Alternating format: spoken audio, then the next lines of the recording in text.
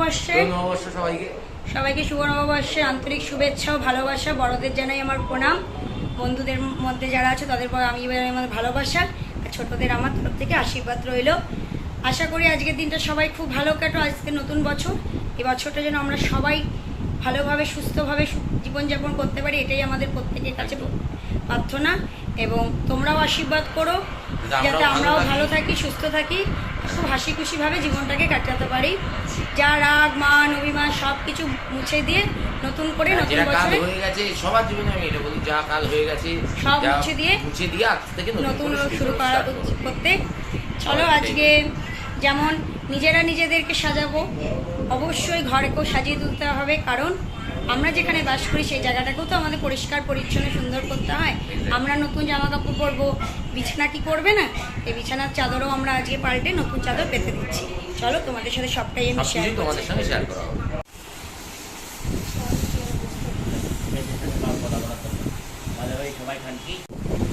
এই যে ফার্স্ট আমি ডিভানেরটা পেতে দিয়েছিলাম, এরপরে বাবা মায়ের ঘরেরটা আমি চেঞ্জ করতে চলে এসেছি।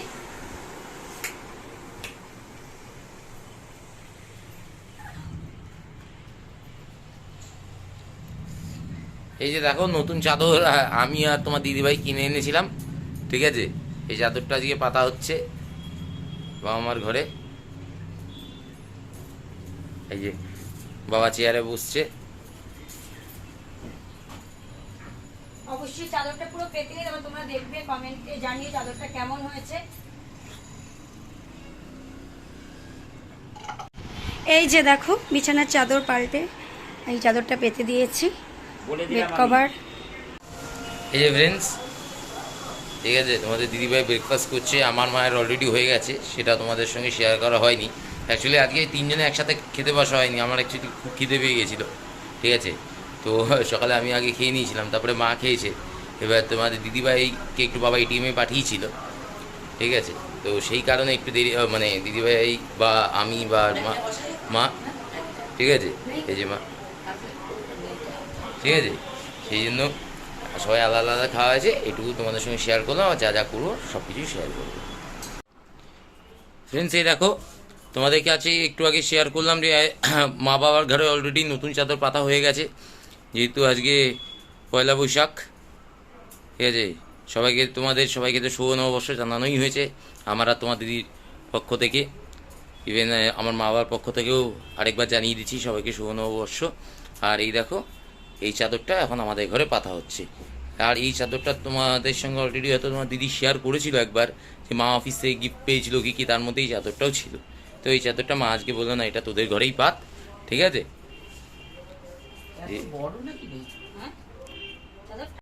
তোমরা তো এখন জেনেই গেছো যে কোনো অনুষ্ঠান মানেই আমাদের যে কাজের কাকিমা সে আসবে না, সেই কারণে আজকে ঘরে বসে গরমের মধ্যে ঘরে বসে যেই সবজিগুলি কাটছি মা কেটে দেবে, বাকি আমি কিছুটা কেটে কাজটা এগিয়ে রাখছি।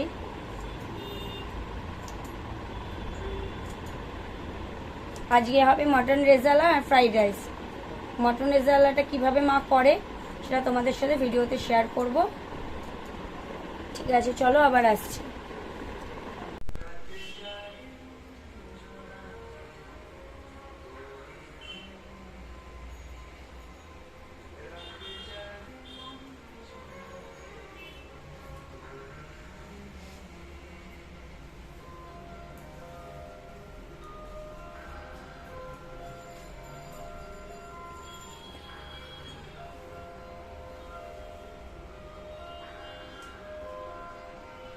তো সেইভাবে তোমাদের সাথে আসতে পারিনি। এই যে নতুন পাপোশ বিছানার ইয়েটা, বেড কভারটা একবারে দেখো পেতে চাই। সেদিন যে কুশনটা নিয়েছিলাম সেটা রয়েছে। আর আমি এখন তোমার ইন্ডাকশানে দেখো ভাত বসিয়ে দিয়েছি, ভাত করছি, ইন্ডাকশানে ভাত হচ্ছে। চলো আবার পরে আসছি। রেজালার জন্য আমি এখানে পেঁয়াজের পেস্টটা করে রাখা আছে, পেঁয়াজের পেস্ট, আর এখানে মাটনটা ম্যারিনেট করেছি টক দই, কাঁচা কুচি পেঁয়াজ, কাসুরি মেথি, আর তোমার গোলমরিচের গুঁড়ো, আদা বাটা দিয়ে এটাকে আদা বাটা দিয়ে আর লঙ্কা বাটা দিয়ে এটাকে পেস্ট ম্যারিনেট করে রাখা আছে, টক দই সরি। আর এখানে আমি পেস্ট করছি কাজু, তোমার ওই যে লঙ্কা, আর তোমাদের রয়েছে পোস্ত, এটা আমি পেস্ট করছি। আর একটু কাসুরি মেথিটাও আমি পেস্ট করে নিচ্ছি। এইদিকে আমার ভাত ফুটে গেছে, আর ভাতটাকে আমি জড়িয়ে নেব। এদিকে আমার সবজিটাকে ফ্রাই করা হয়ে গেছে অলরেডি। দেখো আমি কড়াইটা গরম করতে দিয়ে দিয়েছি, সরি ননস্টিকটা আমি গরম করতে দিয়ে দিয়েছি। ননস্টিকটা গরম হচ্ছে, আমি এর মধ্যে এবার ফোড়নে যেগুলো দেবো সেগুলো তোমাদের সাথে শেয়ার করছি। আমি ইউজ করলাম বোটার সময় শুকনো লঙ্কা আর গোটা গরম মশলাটা আমি ফোড়নে ইউজ করেছি। এই দেখো এবার আমি মটনটাকে দিয়ে দিয়েছি, মটনটাকে দিয়ে দিয়ে এবার এটাকে আমি নাড়িয়ে নিচ্ছি। আজকে আমি সব রান্নাটাই পুরো ইন্ডাকশনের উপর, ইন্ডাকশনেই করলাম, তোমরা নিজেরাও দেখেছো।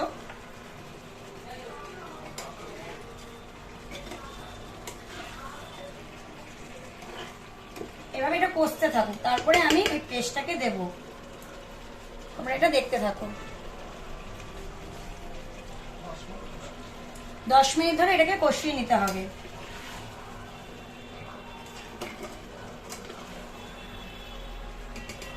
ঠিক আছে চলো এটা কষতে থাক, আমি যখন আমার পেস্টটা দেবো আবার আসছি।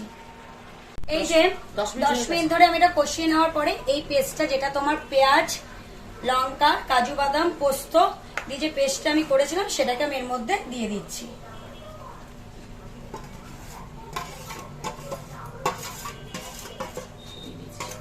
আর এবার আমি একটু এর মধ্যে চিনি অ্যাড করবো। দেখো এটা একটু মিষ্টি হয়, যে স্বাদ মতন চিনি নুনটা যে যার স্বাদ মতন দিয়ে নেবে।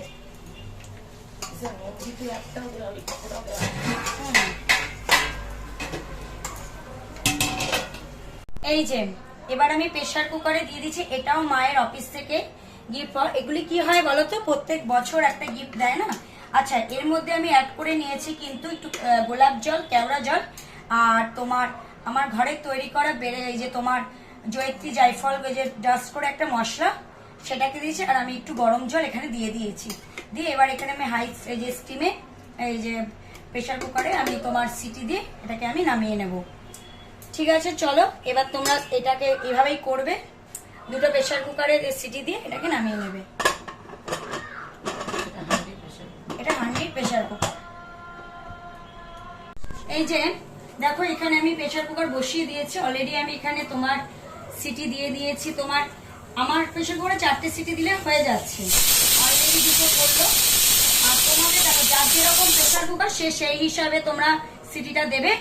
আর তোমাদের পুরো মটন রেজালার প্রসেসটা তো আমি বলেই দিলাম, এভাবে এভাবেই করতে হবে। লাস্টে কি হয় সেটা তোমরা দেখতে পারবে। মাংসটা আমি সিটি দিয়েছি, একদম নরম হয়ে গেছে। এবার আমি মাংসটাকে একটু ফুটিয়ে নিচ্ছি যাতে খেতে ভালো লাগে। আর এইদিকে আমার ফ্রাইড রাইসটা পুরো রেডি, দেখে নাও। এই যে ফ্রাইড রাইসের রেসিপি তো আমার মনে হয় আগে আমার ইয়েতে দেওয়া আছে চ্যানেলে, তোমরা দেখে নিতে পারো। আবার কখনো নয় পরের সময় দিয়ে দেবো। আজকে আমি মটন রেজালার পুরো ফুল রেসিপিটা তোমাদের সাথে শেয়ার করলাম, ঠিক আছে। আচ্ছা এটা আমাকে শেখালো কে বলো তো? এটা আমাকে শেখালো আমার সোদপুরের মা, আমার শাশুড়ি মা। এটা আমাকে শিখিয়েছে, পুরোটাই গাইড করে দিয়েছে, আমি সেই হিসাবে করেছি। আমি টেস্ট করে একটু দেখেছি, মানে নুন ঠুন চাখা যায়, যথেষ্ট সুন্দর হয়েছে। তোমরা এইভাবে ট্রাই করো, আশা করি তোমাদেরও ভালো লাগবে।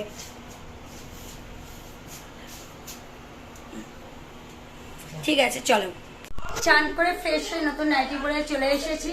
হোয়াইট কালারটা নিয়েছি একটাই কারণ, সত্যি গরমে হোয়াইট কালারটা ভীষণ প্রেফার করে, এটা পরে নিয়েছি। চলো এবার ঠাকুর পুজোটা শেষ করে নিই, ঠাকুর পুজো করা হয়ে গেলে তারপরে লাঞ্চ করব, দেন আবার পরে আসছি।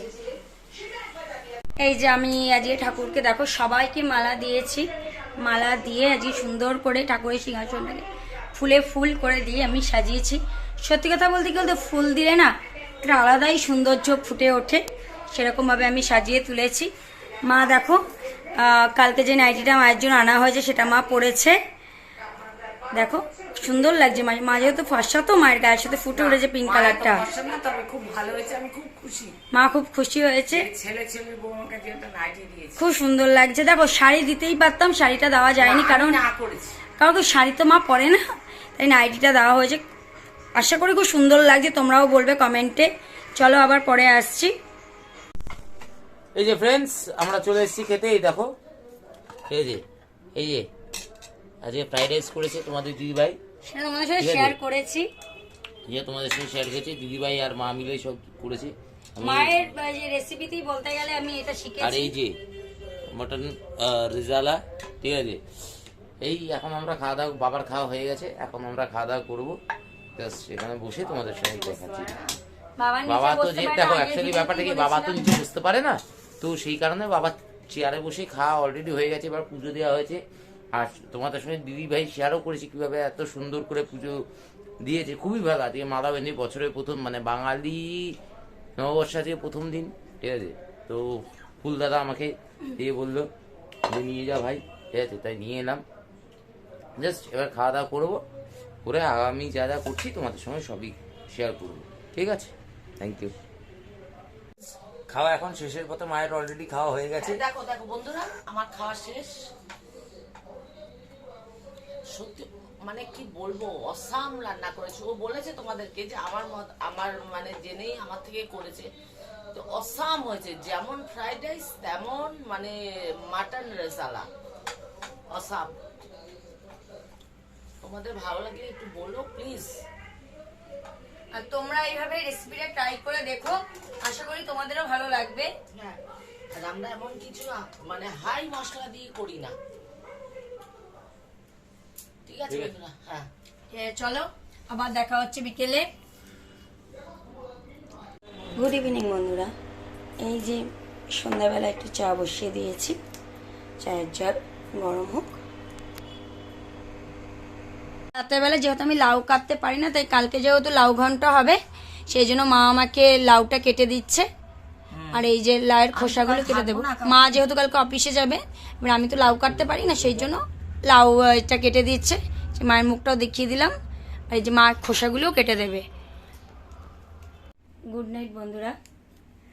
আজকের দিনটা সত্যি কথা আজকে বেরোতে ইচ্ছা করলো না, অ্যাকোয়াগার্ডের প্রবলেমটা একটু হয়েছিল। বেসিক্যালি আজকে যাওয়ার কথা ছিল সাই বাবার মন্দিরে, বাট বেলা করে শুয়েছিলাম আর ঘুমিয়ে পড়েছিলাম। যেহেতু সত্যি কথা কি আমাকে একটু 2-1টা নার্ভের ওষুধ আমি খাচ্ছি, সেখানে আমার ঘুমটা একটু হয়ে লেগে গিয়েছিল। তা যেই টাইম হয়ে গেছে মানে 7টা বেজে গেছিলো। এবার মন্দিরটা তোমার 7:30টায় বন্ধ। এবার রেডি হয়ে যেতে যেতে আর ইচ্ছা করলো না। আর যেই আঙ্কেলের দোকানে যাওয়ার কথা ছিল, আঙ্কেলকে কালকে গিয়ে আঙ্কেলের সাথে দেখা করে আসবো, বুঝেছো। এই জল প্রবলেম, আর এর জন্য। ঠিক আছে, চলো আজকের মতো ভিডিওটা এই পর্যন্ত। যদি ভালো লাগে অবশ্যই লাইক কমেন্ট শেয়ার করে দেবে।